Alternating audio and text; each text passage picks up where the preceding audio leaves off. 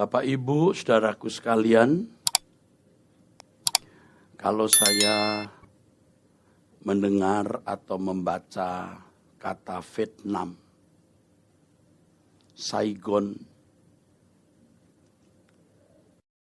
seperti baru-baru ini ada SEA Games, ada satu yang menggores jiwa saya. Menggores jiwa saya terkait dengan tempat ini atau negara ini, saudara. Ketika Saigon jatuh,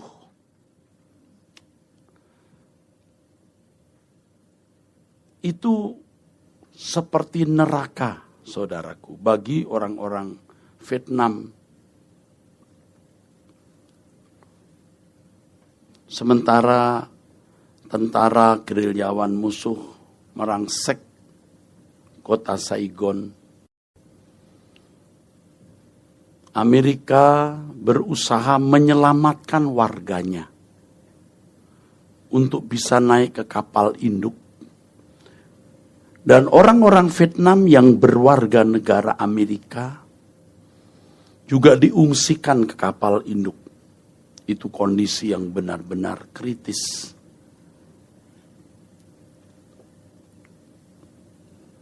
Ada orang-orang Vietnam yang memang memiliki darah campuran, yang namanya separuh Vietnam, separuh nama Barat. Berusaha juga untuk diungsikan, tapi tanpa identitas yang jelas tentu tidak mudah. Orang baru menyadari pada waktu itu betapa beruntungnya dan betapa pentingnya memiliki identitas warga negara Amerika.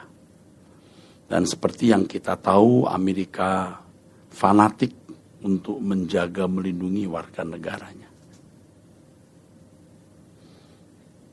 Seperti dulu di Iran, ketika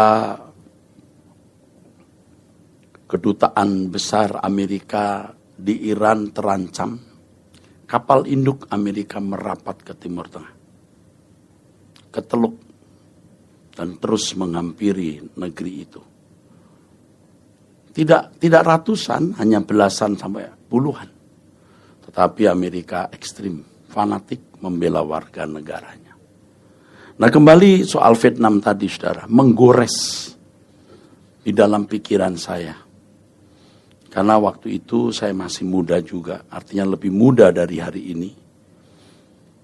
Menyaksikan lewat berita peristiwa itu benar-benar tragis, saudara. Betapa mengerikan keadaan itu bagi orang-orang Vietnam yang melihat kenyataan Saigon jatuh. Saudara, saya membayangkan kalau suatu saat Tuhan datang kembali, dunia kiamat, atau saudara saya meninggal dunia. Betapa baru disadari, saudaraku, baru disadari pentingnya berwarga negara kerajaan surga. Pentingnya berwarga negara kerajaan surga. Sederhana saja, saudara, kalau saudara pergi ke luar negeri lalu paspor saudara keselip di mana gitu. Wah, saudara lebih dari kebakaran jenggot, saudara. Tanpa identitas, saudara akan punya kesulitan. Nah, saudara-saudara, betapa mengerikan keadaan seseorang yang tidak memiliki legalitas warga kerajaan surga itu. Betapa mengerikan. Hari ini orang tidak peduli dan cenderung meremehkan dan tidak sungguh-sungguh mempersoalkan apakah dirinya adalah warga negara, warga kerajaan surga atau tidak. Karena dianggapnya tidak penting, dan ini penyesatan yang berhasil dilakukan oleh kuasa kegelapan kepada banyak orang. Yang prinsipnya adalah, marilah kita makan dan minum, besok kita mati. Paulus mengatakan kalau berdasarkan pertimbangan manusia, aku sudah melakukan banyak hal yang seperti dilakukan orang lain. Saya akan ikut dalam filosofi hidup, marilah kita makan dan minum sebab besok kita mati. Orang-orang yang tidak menyadari bahwa manusia itu adalah makhluk kekal yang membutuhkan domisili kekal, domisili abadi. Dan Tuhan sangat peduli akan hal ini, saudaraku. Itulah sebabnya Yesus berkata di dalam Yohanes pasal 14, ayat yang pertama sampai ayat yang ketiga, yang bunyinya demikian, saudaraku. Janganlah gelisah hatimu, percayalah kepada Allah, percayalah juga kepadaku. Ini untuk saudara yang gelisah. Yang tidak gelisah, maaf, Anda tidak berhak punya ayat ini dan tidak perlu memperhatikan. Ini orang yang gelisah. Orang yang memperkarakan nasib kekalnya. Dan banyak orang tidak gelisah untuk hal ini. Gelisah untuk banyak hal. Gelisah belum menikah, gelisah belum punya anak. Gelisah belum punya rumah pribadi. Gelisah penghasilannya kurang banyak. Gelisah dalam ancaman. Gelisah karena berbagai penyebab. Tetapi tidak peduli dengan realitas kekekalan. Jangan gelisah hatimu. Ini hanya untuk saudara yang gelisah. Dan jika Tuhan berkenan memberikan kita kasih karunia-Nya, dan saya yakin Tuhan berkenan, kiranya Tuhan memberikan kita kegelisahan ini. Ini kegelisahan yang kudus, kegelisahan yang positif, saudaraku sekalian. Apa yang akan terjadi dalam hidupku ketika aku menutup mata? Ya, kalau dunia mengatakan, berpikirlah realistis, kamu masih menginjak bumi, jadi jangan mikir nanti, kamu belum di surga, kamu masih di bumi. Jangan mikir surga, kehidupan yang akan datang itu nanti. Berpikirlah realistis. Justru itu tidak realistis, saudaraku. Yang realistis adalah orang yang memikirkan nasib kekalnya. Sebab kita bukan monyet, kucing, babi, kodok, sapi, anjing, kucing. Kita bukan hewan, kita manusia yang memiliki keberadaan kekal. Dan ini harus terus disuarakan.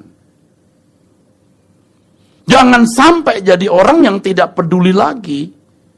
Terutama mereka yang hidup nyaman, ekonomi baik, berbagai fasilitas dia miliki, memiliki relasi dengan pejabat, apalagi kalau pejabat keamanan. Everything is smooth and running well. Menjadi sombong. Sampai tidak memikirkan lagi kekekalan. Dan menganggap bahwa kekekalan itu hanya dipikirkan orang-orang konyol yang tidak memiliki kesibukan hidup. Dan dianggap tidak wajar. Tetapi kalau saudara datang ke gereja ini, saudara saya ajak untuk gelisah. Untuk memikirkan keadaan atau nasib kekal saudara. Maka saudara harus mempersoalkan apakah saudara benar-benar memiliki legalitas. Legalitas sebagai warga kerajaan surga. Saudara boleh berkata, aku percaya, aku anak Allah, mati masuk surga. Boleh, silahkan. Tetapi nanti bisa beda keadaannya. Sebab di Alkitab ada orang-orang yang yakin dikenal Allah dan mengenal Allah. Tetapi Tuhan berkata kepada orang-orang ini, aku tidak kenal kamu. Ini mengerikan. Itulah sebabnya saya ada di sini, Pak Tim dan semua tim ada di sini, supaya saudara bisa diungsikan.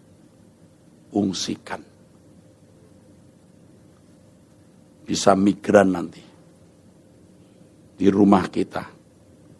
Bukan rumah kedua, rumah satu-satunya kita. Di bumi ini kita hanya musafir. Jangan gelisah hatimu. Kalau saudara membaca ayat-ayat berikutnya nanti di rumah, ini kegelisahan murid-murid yang hendak ditinggalkan oleh Tuhan Yesus. Tuhan Yesus menyatakan diri akan mati tetapi bangkit dan naik ke surga. Dan murid-muridnya gelisah. Lalu bagaimana nasib kita nanti? Jangan gelisah hatimu. Percayalah kepada Allah Bapa, dan percayalah juga kepadaku. Ada Bapa, ini Elohim Yahweh yang menciptakan langit dan bumi, dan dikatakan juga di sini percaya padaku, ini Tuhan Yesus. Di rumah Bapakku banyak tempat tinggal, artinya luas. Dan memang jagat raya inilah sebenarnya saudara wilayah Allah kita. Jadi kalau kita berkata datanglah kerajaanmu, jadilah kehendakmu di bumi seperti di surga. Samayim surga, itu tempat yang luas, yang tak terbatas. Dan roh Allah mendiami jagat raya ini. Tidak ada wilayah sejengkal pun yang lolos dari kehadiran Allah. Walaupun Allah juga ada di tempat yang maha tinggi, di terang yang tak terhampiri. Di rumah Bapakku banyak tempat tinggal. Tentu Tuhan Yesus bicara kepada murid-murid dengan konteks berpikir murid-murid yang waktu itu dalam tanda kutip masih sempit, naif, bicik, agak primitif. Tuhan Yesus meyakinkan bahwa ada tempat di sana. Jika tidak demikian, kata Tuhan Yesus, tentu aku mengatakannya kepadamu. Artinya aku tidak menipu. Kalimat ini penting. Jika tidak demikian, tentu aku mengatakannya kepadamu. Jadi kalau aku mengatakan demikian, kamu harus mempercayainya. Kalau kamu tidak mempercayainya, kamu menghina aku. Seakan-akan aku bohong. Jika tidak demikian, tentu aku mengatakannya kepadamu. Artinya, aku serius menyampaikan kebenaran ini dan kamu harus mempercayainya. Sebab kalau kamu tidak mempercayainya, kamu menghina aku. Dan hari ini jujur saja banyak orang Kristen yang tidak menghormati Tuhan. Kalau saya katakan menghina mungkin terlalu berlebihan ya. Tidak menghormati Tuhan. Buktinya apa? Tidak menaruh pengharapan kepada Tuhan yang berjanji bahwa ada rumah Bapa. Jangan takut stoknya banyak. Jangan takut luas, besar. Jika tidak demikian tentu aku mengatakannya kepadamu. Dan ini seharusnya yang meng-attract kita, menarik perhatian kita. Dan mestinya kita berani menaruh pengharapan kita ke sana. Dulu saya tidak seperti hari ini, saudara. Hari ini beda. Minggu depan saya di luar negeri, di Turki. Dengan rombongan. Sebenarnya rombongan ini 2,5 tahun, 3 tahun yang lalu. Mereka sudah bayar, waktu itu saya belum seperti hari ini. Saya katakan kepada Pak Cornelis Kyong-Kyong, bisa nggak ya kalau saya tidak pergi? Wah, nggak bisa Pak, karena mereka pergi karena Bapak. Hari ini saya beda dengan 2,5 tahun yang lalu. Bukan tidak boleh ke Turki, ke Eropa, boleh dengan keluarga, ya saudaraku. Tetapi sudah tidak lagi menjadi kesukaan. Ya, jadi menjadi tanggung jawab saya untuk pergi, oke? Dan saya bisa memberkati orang-orang yang pergi bersama saya. Tetapi dalam proses 2,5 tahun ini luar biasa. Kepada sahabat-sahabat saya, Pak Tim, Pak Jonas, ya, Pak Frans, Pak Adi, Pak Jos, dan teman-teman yang lain, jangan takut kita dianggap konyol. Kita harus sekonyol-konyolnya. Sekonyol-konyolnya. Kita harus sekonyol-konyolnya mengarahkan hidup kita di langit baru, bumi baru. Baru kita bisa mengimpartasi spirit ini. Dulu saya tidak seperti hari ini. Sudah mengarang lagu ini, tapi saya mungkin membayarnya baru 20, 30, 40%. Tapi sekarang sudah naik lagi. Harus fanatik ekstrim. Biarin. Kita masih hidup normal kok. Bukan konyol dalam arti negatif. Kita konyol bagi orang-orang yang tidak mampu menembus batas. Yang tidak mampu melihat apa yang tidak kelihatan. Paulus mengatakan dalam suratnya, kami bukan memperhatikan apa yang kelihatan. Tetapi apa yang tidak kelihatan, yang unseen. Sebab yang kelihatan itu sementara. Sedangkan yang tidak kelihatan itu kekal. Biar nanti kita akan membuktikan siapa yang beruntung.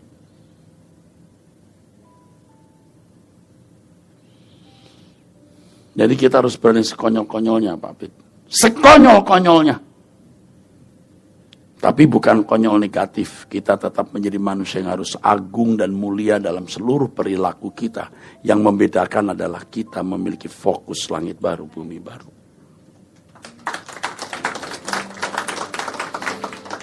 Kalau tidak demikian, kita tidak menghormati Tuhan. Anda pernah nggak menyiapkan ruangan, tempat tidur untuk tamu datang? Anda ingin tamu itu datang menikmati rumah Anda, lalu orang itu nggak jadi datang karena alasan yang tidak prinsip. Anda kecewa. Bayangkan Tuhan yang maha mulia menyiapkan tempat bagi kita, tapi kita tidak tertarik. Itu pengkhianatan. Dan itu kita lakukan selama bertahun-tahun, belasan bahkan puluhan tahun. Tuhan dalam kesabarannya mengerti. Baiklah, karena kamu sudah rusak. Tuhan masih beri kesempatan kita sadar, berubah dan bertobat.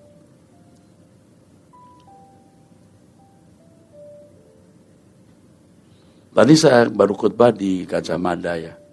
Saya kalau lihat Gajah Mada, aduh hati saya suka pecah. Di sana kebanyakan kan cim-cim, ibu-ibu ya, bapak-bapak yang rasanya tidak berdaya gitu. Saya lihat, aduh sedih. Tapi dalam hati saya, aku akan membawa kamu ke tempat di mana kamu tidak akan pernah menyesal. Saya beritahu tadi, kalau saudara tidak punya uang, jangan merasa bersalah dan malu tidak memberi persembahan di gereja ini. Gereja ini cukup. Sudah cukup. Pasti Tuhan cukupi. Tetaplah datang mendengar firman. Yang penting itu. Tentu saya katakan kepada pengurus Pak Apau, pada yang lain, layani. Layani. Saya berkata kepada Pak Yehuda, wakili saya untuk menggembalakan ini. Perhatikan mereka.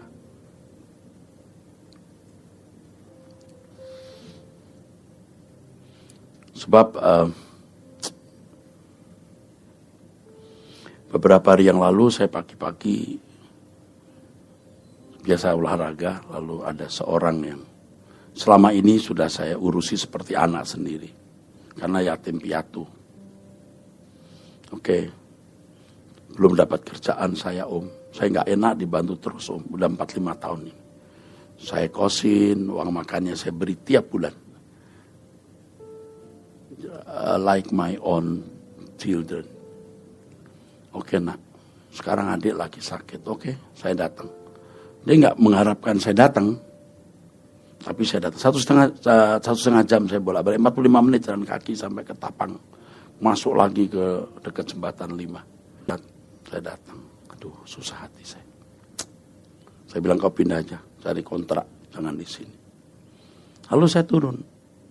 Saya ajak adiknya yang perempuan, saya berkata, "Nak, kenapa kamu mau bunuh diri? Dia kaget. Dia merasa Tuhan tinggalkan dia.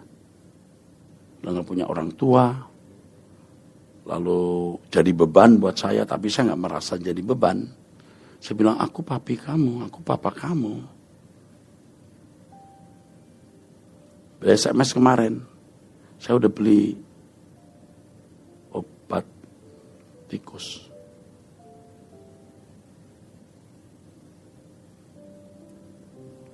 Saya kaget, Om tahu. Saya bilang,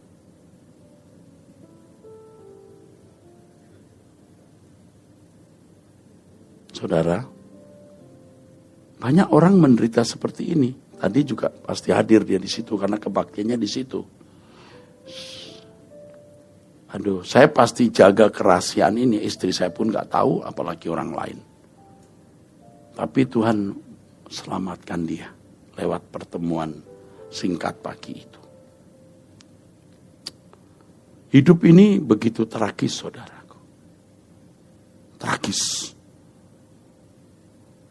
Tragis sekali. Dan saya sudah menyaksikan tragisnya hidup.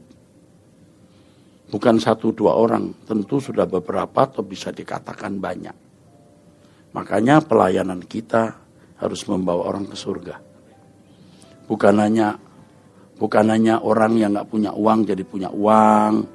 Bukan hanya membuat orang yang sakit sembuh. Oh, itu tentu kita upayakan.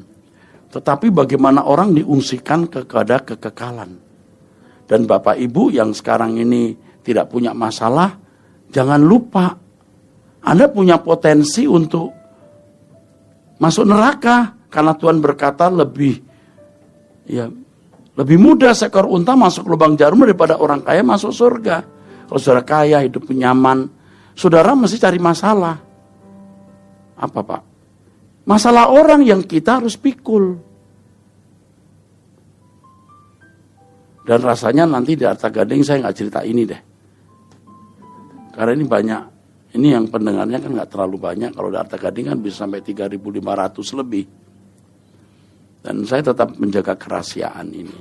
Dan saya sudah minta izin sama orang itu, aku ceritakan ya. Bukan saya mau pamer ini orang baik. Enggak, saudara. Ya Tuhan tahulah hati saya, saudaraku.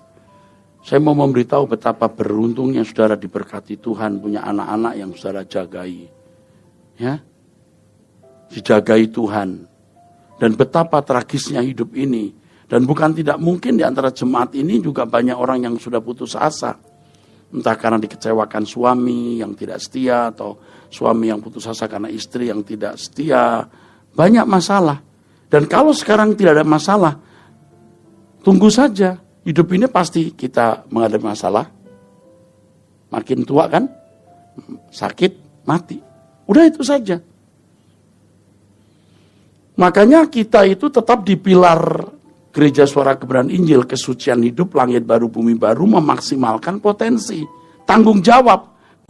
Bagaimana caranya? Bisa 2. Yang pertama, secara fisik Tuhan menciptakan dunia baru nanti.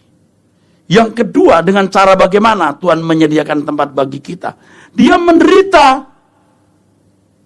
memikul dosa kita, mati, bangkit. Dan karena penderitaan inilah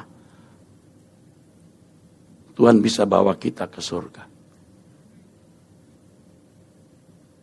Tapi kitanya mesti mau.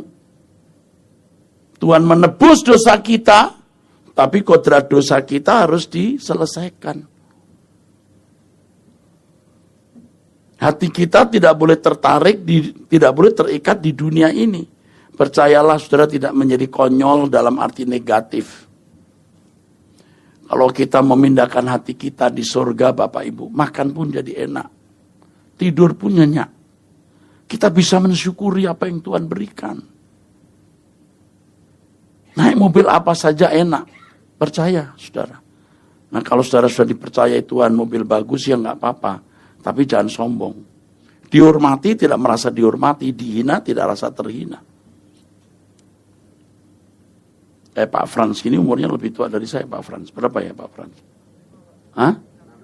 65, saya 63. Pak Frans bisa duluan. Bisa itu bisa ya, bisa tidak Pak.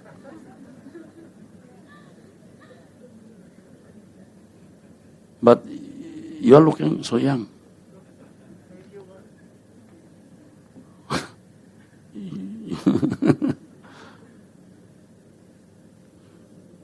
You look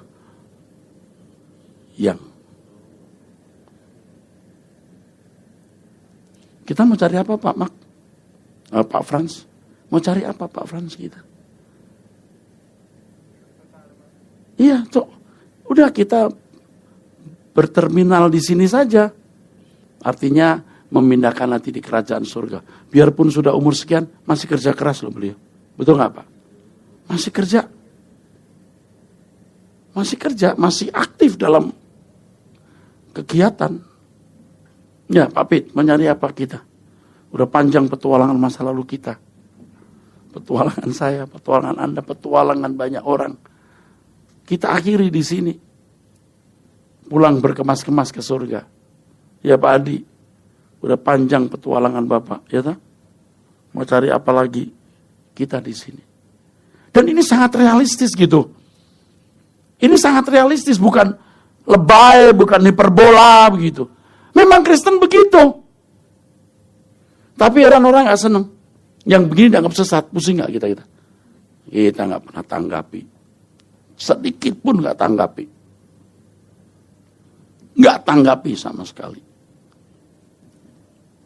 Dan gak perlu meyakinkan bahwa kita benar atau baik. Gak perlu. Ada Allah yang hidup. Kalau kita salah, kita dihukum. Kalau kita tidak mengasihi dia, kita pun berkata, terkutuklah aku kalau aku tidak mengasihi dia. Nah kembali tadi soal begitu banyak orang menderita, termasuk jemaat yang susah. Tapi aku punya pengharapan, saya membawa kalian ke surga. Tentu Roh Kudus yang membawa, tapi saya menjadi sarana untuk bicara. Nah, masih ada kerajaan surga. Jangan bunuh diri. Bunuh diri itu bisa dipastikan loh, hampir bisa dipastikan masuk neraka. Karena tidak menghargai hidup. Jadi Bapak Ibu, percayalah kita bukan pengen apa-apa dari saudara. Saudara lihat wajahnya Pak Tim ini, aduh seperti domba keluh dibawa ke pembantaian. Pak Tim berdiri dong. Udah tahu, buka maskernya dulu biar dikenali lebih dalam. Lihat. Tunggu sebentar, belum di center. Center dulu dong. Udah. Thank you Pak Tim.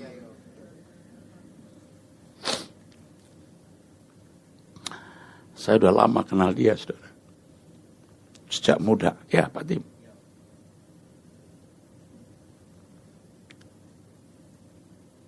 Saudara nggak pernah dengar kan kisah hidup beliau. Bagaimana punya anak yang sakit ya. Sampai umur berapa ya Pak Tim? 17 bulan. Yang Bapak gendong kayak songgok daging itu. Begini nih. Waduh. Jadi kayak songgok daging itu. Saudara. Kayak begini nih. Akhirnya meninggal.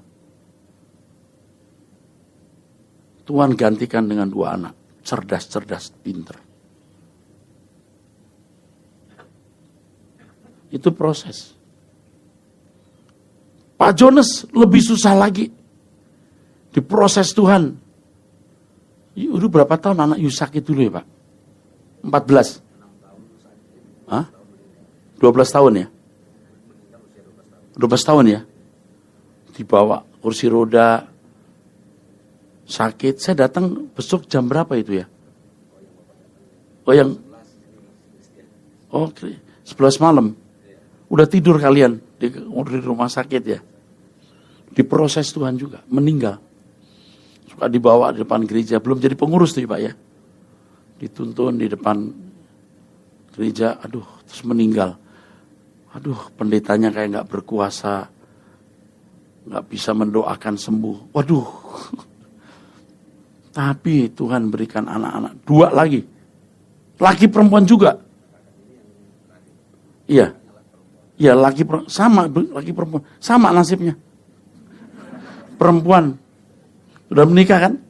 Waktu anak you mimin puji-pujian, you tahu nggak saya angkat tangan begini. Tuhan beri jodoh. Benar. Saya berkata, saya angkat tangan. Itu bukan sekali. Itu anaknya Pak Jones tuh. Tuhan beri jodoh. Dapat jodoh juga. Saya memberkati juga. Habis memberkatan, saya kena COVID.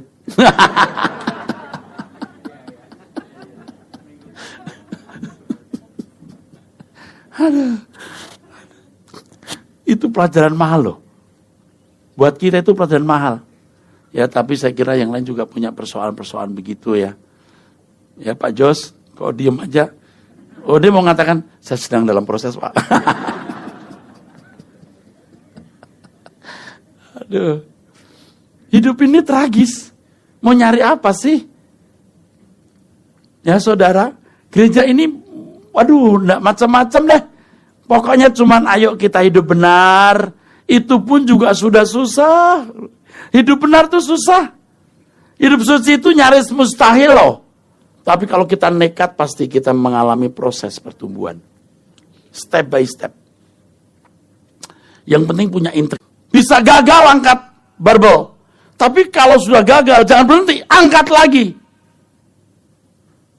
Seorang yang belajar naik sepeda bukan terus tidak pernah jatuh, bisa jatuh tapi tidak berhenti.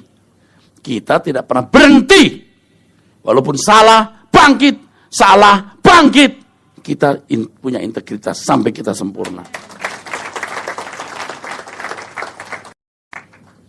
Apalagi saya nih Pak, hutang saya kepada Pak Pit, kepada Pak Hadi, ada.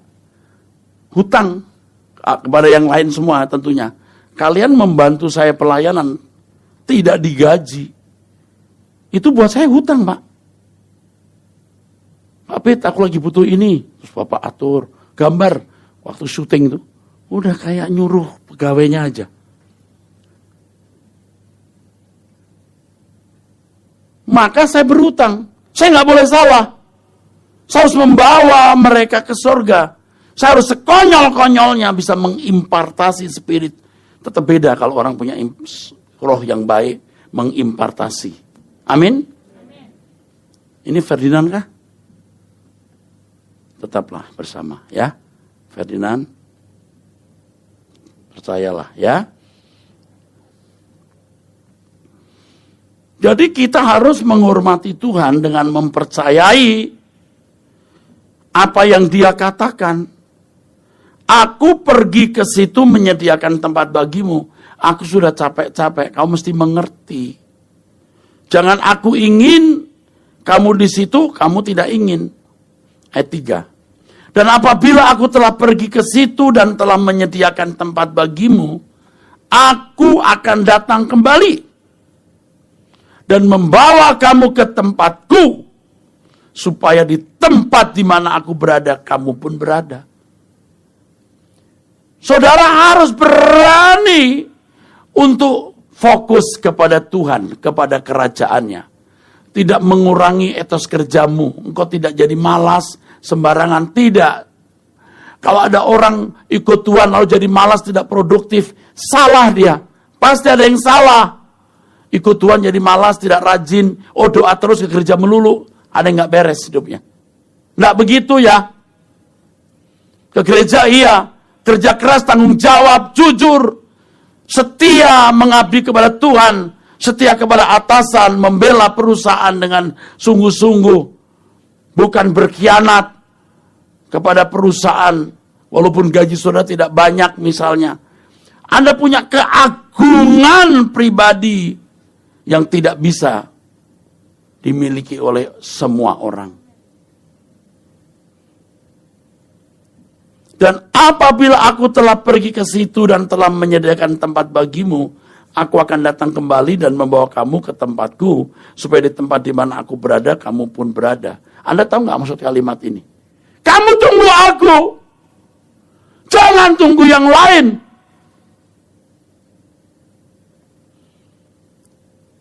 Biar saya pendeta juga dulu saya nggak nunggu Tuhan, saudara. Saya ingin hidup wajar seperti yang lain juga. Gereja itu perusahaan. Itu jaminan hidupku, jaminan anak-anakku. Walaupun waktu itu pun saya cari hidup, cari uang bukan dari gereja. Tapi tetap ada sebersit pikiran itu. Ya, saya tidak katakan pendeta salah mendapat uang dari gereja, memang dari situ. Tapi kalau di tempat ini jangan sekali-kali transfer uang ke saya. Jangan ya Pak. Ada yang transfer uang ke saya dari salah satu cabang Rehoboth. Saya bilang, Pak Kyong tolong dikembalikan. Aku sudah cukup. Jadi jangan transfer uang ke saya. Pak Eras khotbah terus ini gak mau dapat kolektor. Ya Pak, uang you mau bayar saya berapa? Berani bayar berapa coba? Kita mau mendapat kemuliaan. Amin. Satu hari kalau saudara meninggal dunia, nanti kita masuk kerajaan surga. Aduh, saudara bisa kamsia sama saya. Baru Tuhan terima kasih aku ketemu pendeta ini. Aku ketemu Pak Tim, ketemu teman-teman ini. Aku berterima kasih Tuhan. Sekarang kita nggak dianggap nggak apa-apa, dicurigai nggak masalah. Dia tidak dihargai, enggak problem. Kita bicara terus kebenaran. Tunggu aku akan menjemput. Nah kita tidak ingin dijemput masalahnya. Kita feel at home on the earth. Feel at home at the earth. Kita berkhianat saudaraku. Nah mesti dirubah cara berpikir kita ini. Mosok kita nunggu orang yang kita cintai meninggal baru kita berkata nanti ketemu lagi ya. Atau nanti ketemu lagi ya Pak. Itu dipaksa tuh ngomong gitu, bohong. Dia nggak sanggup menghayati kekekalan. Lalu kasihan pendeta harus bohong. Saudara sekalian, Bapak ini sekarang sudah bersama di surga. Belum tentu, enak aja. Dulu saya gitu, saya bohongin orang. Supaya tenang keluarganya. Saudara percayalah bahwa dia sudah di surga. Tapi sekarang saya harus tahu dulu siapa orang ini. Saya tanya-tanya ke gereja enggak, gimana pertobatannya. Kalau enggak, saya khotbah ngalor ngidul, tapi enggak bilang sama dia. Dulu saya begitu. Pernah ya, zaman saya masih muda, ya masih konyol lah, belum dewasa seperti hari ini. Di Kebun Jeruk, pernah enggak tahun berapa ada orang bunuh diri? Nah, saya yang pimpin itu. Dia di Kebun Jeruk. Dia meninggal dunia, bunuh diri. Jadi waktu di rumah sakit saya yang pimpin. Pusing saya. Karena saya biasa berkata, saudara sekalian, dia sudah di surga bersama-sama Tuhan. Ini bunuh diri. Aduh, bohwat saya mau ngomong. Udah putus asa. Loh, mau ngomong apa? Mau khotbah gimana? Sudah begitu. Istri, dia punya istri simpenan, tak istri apa ya? Si maskot simpanan masyarakat kota kali.